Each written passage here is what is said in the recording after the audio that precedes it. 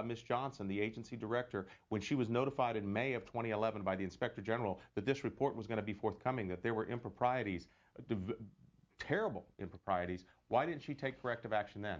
It wasn't until the report was released on April 2nd that she decided to resign, and then action was taken with other employees. I think you're going to see some fallout here based on this testimony. I think there are some people, like Mr. Foley yesterday, who testified that want to make sure they can preserve themselves, that will probably be more open to discuss what happened. So I think you'll see some serious personnel changes in the GCA. Have you heard from Republican leadership in the House that they want some legislation on the floor to debate this soon? Oh, yes. Oh, yes. Yes. All right. Well, let's take a look at GSA by the numbers here. Its 2011 budget was about $30 billion. The 2011 Federal Buildings Fund, about $17 billion. It has about 12,000 employees. 11 regional offices and in D.C., manages about $500 billion in federal assets. Those are the buildings and cars that you referred to. Manages 9,600 buildings, preserves 478 historic properties, 98% of its budget paid for through GSA services, and 2% of budget paid for by congressional appropriations. Right. So it's not taxpayer, most of it's not taxpayer dollars. Their budget comes from whatever they make off the leasing. Is that right? I mean, how does it work? That is correct. However, there are taxpayer dollars. That doesn't absolve them of responsibility for being good stewards of what they do. They would not exist but for the federal government. They are stewards of the federal government's assets, and they need to keep that in mind and be prudent as to how they spend their dollars. And I think, again, it's clear that what has happened, even by their own admission, what happened was wrong. It was appalling. It was ridiculous. It was out of order. It was contrary to the GSA regulations. It doesn't matter, whether it was 98% of self-generated dollars or 2% of taxpayer dollars. The fact remains they are an agency of the government. They need to be held accountable for what they do. Right, and I think I might have misspoke there. I mean, the profits they generate, that's taxpayer money. Right. All right, let's go to Jim. He's in Buffalo, New York, an independent there. You're up first for Dennis Ross, a Republican of Florida. Go ahead, Jim. Good morning. I've listened to Mr. Neely's responses to the questions that were posed to him. And as a taxpayer, I respectfully decline to pay his salary, his health benefits, and his retirement. All right? If we're going to continue to have these criminals in our government, we need to shut them off from their salary, health benefits, and retirement. So, Mr. Ross, the only thing I have to say to you and your colleagues is to fix this. This is why the taxpayers are so disgusted. We see this stuff going on, and nothing ever happens to rectify it. So please fix it. I agree. Yesterday when Ms. Johnson testified, and she was asked about why Mr. Neely received a $9,000 raise, and she said, well, there's two reasons you can receive the raise. One is by performance, and the other is by conduct. And she tried to distinguish between the two, and basically said that she had to because his performance was good, even though his conduct was bad. Let me tell you something. If your conduct's bad, that in and of itself ought to be reason, cause enough to not only to terminate your employment, but also to be a basis upon which you cannot receive your retirement benefits to the extent they've been vested. These are issues that now have been brought to light for us.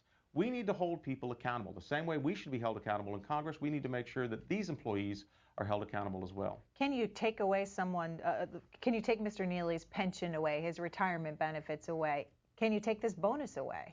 I believe, and I don't know this for sure, but I believe the only way this could happen is if his conduct in the furtherance of his duties resulted in the commission of a felony upon which he was convicted, might be able to do that. But to just do it ipso facto, if you will, no.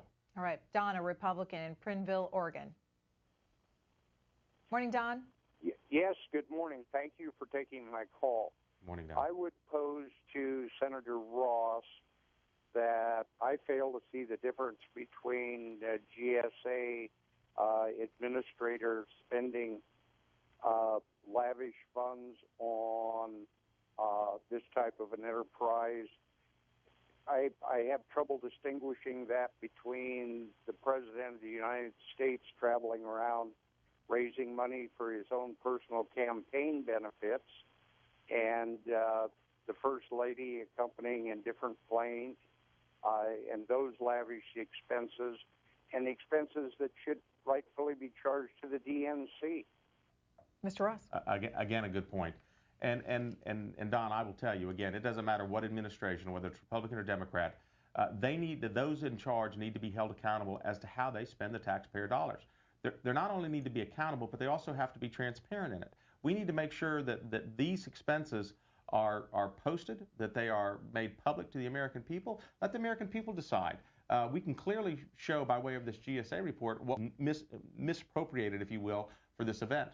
And again, I think that yesterday was indicative of what is just the tip of the iceberg of what may be going on in other agencies and other departments in the federal government.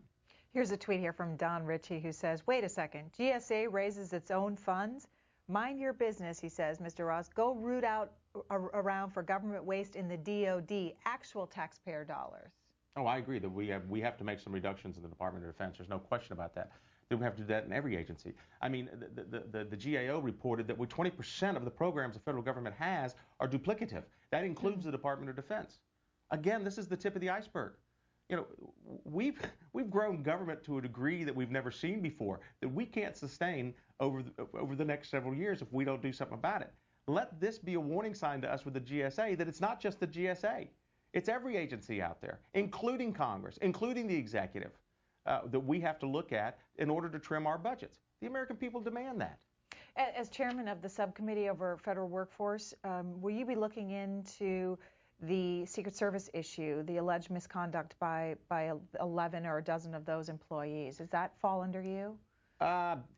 You know, we do the federal workforce to that extent. Yes, it may go to the full committee over me just because there'll be more participation from more people. We would love to have the hearing on that. And, you know, if I'm fortunate enough to get that, most likely it'll be the full committee, though. Have you heard from your chairman on it? Not yet. All right. Earl, Democratic caller, Jacksonville, Florida. Hi, how you doing? Thank you for taking my Earl. call. My question, well, I got a couple of comments. One, I believe Ms. Johnson was about an honorable issue because she may have made a bad decision as far as with the giving the guy the bonus and everything. But as far as how she came out and handled the situation, resigning and things, so I think she did well. Now, when it comes to audits and things, that's why I think all you guys should be audited all the time. You all are spending lavishly.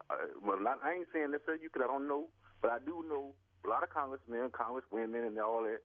Everybody goes around spending our money the way they want to spend it, and not getting audited, or not at least being a real accountable good accountability. That's not a good accountability strategy for what you guys do. You spend taxpayers' money on golfing, on lavish dinners, and all kinds of things.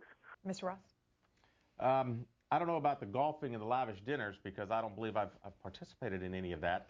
But I will tell you that we have some very stringent transparency rules. Not only, of course, our financial statements that we have to disclose every year, but our members' account that we use to fund our offices here in D.C. and in the district, including our payroll for all our employees, is public record. And it should be public record and should be open to scrutiny. Whether we audit it or not, you know, there is the GAO that will do that. But I will tell you that all this is open for public inspection and should be inspected by the public and scrutinized. Alexandria, Virginia. Kent, independent caller. Yes, good morning. I watched the investigation yesterday, the congressional hearings, and one of the couple things they were talking about or trying to find out is just how could this happen? And the IG told them how it could happen. He said it was a lack of accountability. And as it continued, it was a lack of accountability because Congress had failed to appoint the appropriate administrators to oversee Mr. Neely. Mr. Neely apparently was wearing two hats, and he could approve any amount of money he wanted to because Congress had failed to appoint the appropriate administrators. And of course, the previous director was waiting for appointment also. But they just drifted over that. All right, Mr. Ross, how does that work? Well, I'd like to think that all those people over there, even though they are adults, have some sense of logic and reason to dictate their behavior. It didn't require, it should never have required an agency director to tell Mr. Neely what he was doing was wrong. Mr. Neely should have known that from the beginning. It wouldn't have mattered if we had an agency director in place or not. We did have acting agency directors in place at the time. You know, he can't stand by and say, oh, I did this because we didn't have an agency director. No. What he did was